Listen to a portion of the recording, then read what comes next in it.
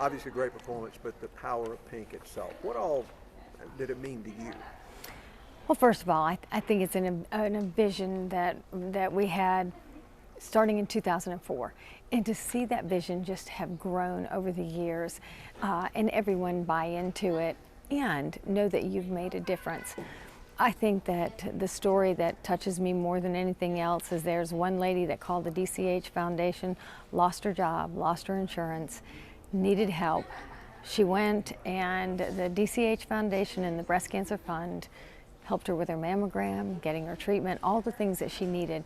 And in this woman's eyes, this saved her life. And I think to know that you have done that maybe for one person, that's all it takes. Now let's talk about the meet itself. It may have been your lady's best performance of the year. Was it the best? It was definitely our best performance. We weren't perfect, and I like that because we got better, we scored high, but it still wasn't our best performance in terms of what we're capable of. You know, we have 3 dual meets left, and then we move on into championship season, but I like where this team is going. I think that we can be a great team. There's a lot of contenders out there, but to see the growth of this young squad has been tremendous. A couple of individuals. First of all, Geraldine Stack Eaton.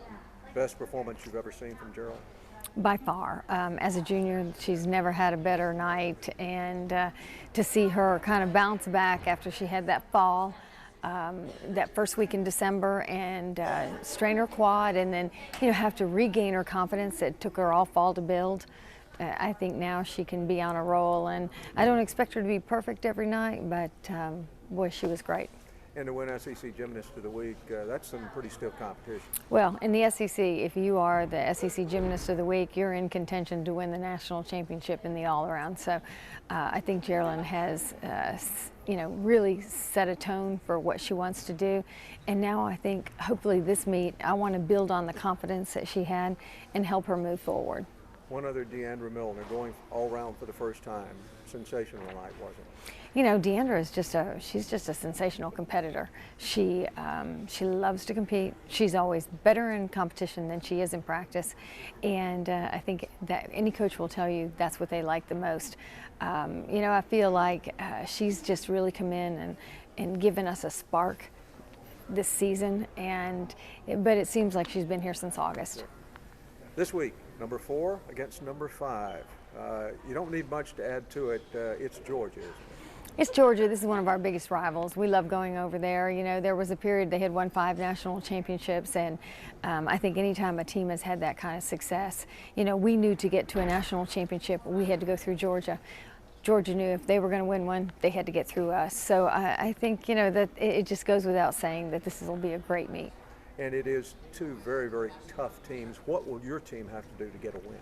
Well, I think first of all, we have to come out on the bars and we have to set the tone. This is something that we haven't done in the 2 away meets that we've had. This is what we need to do. When we were at Metroplex, we started on balance beam. We did a good job, but now this is what we have to do is come out and hit the event that has kind of hurt us in the beginning.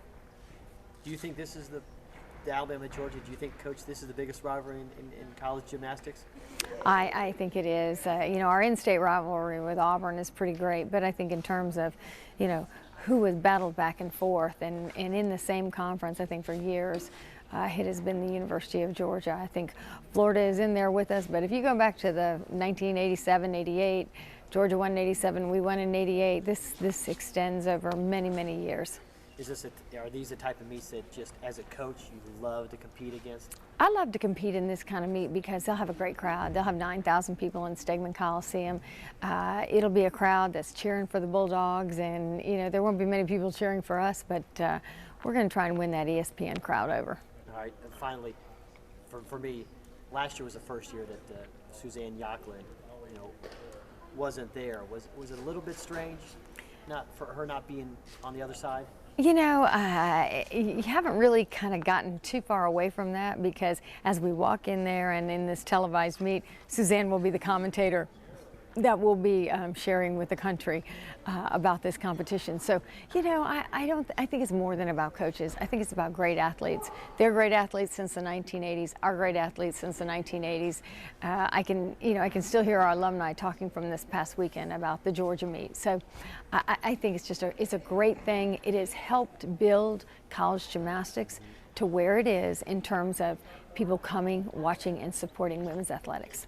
I have one quick question. If you were to just talk about the alumni meet, just having all those alumni back, and then just the reunion of the 91 champions. You know, I think each year for David and I think the alumni meet is probably the most rewarding event of the evening, whether they hand out championship rings or not, just because it's an opportunity for us to look back over the last 33 years and see the type of young women that have come through our program and the lives they're living now. To have that 91 team back out on the floor and see that they all look the same way as they did 20 years ago, and they could have walked back out on the floor and competed, that was pretty amazing. I can't say enough about our alumni because to me, winning the rings and the championships are great, but seeing that legacy, that's the best part of the job I do.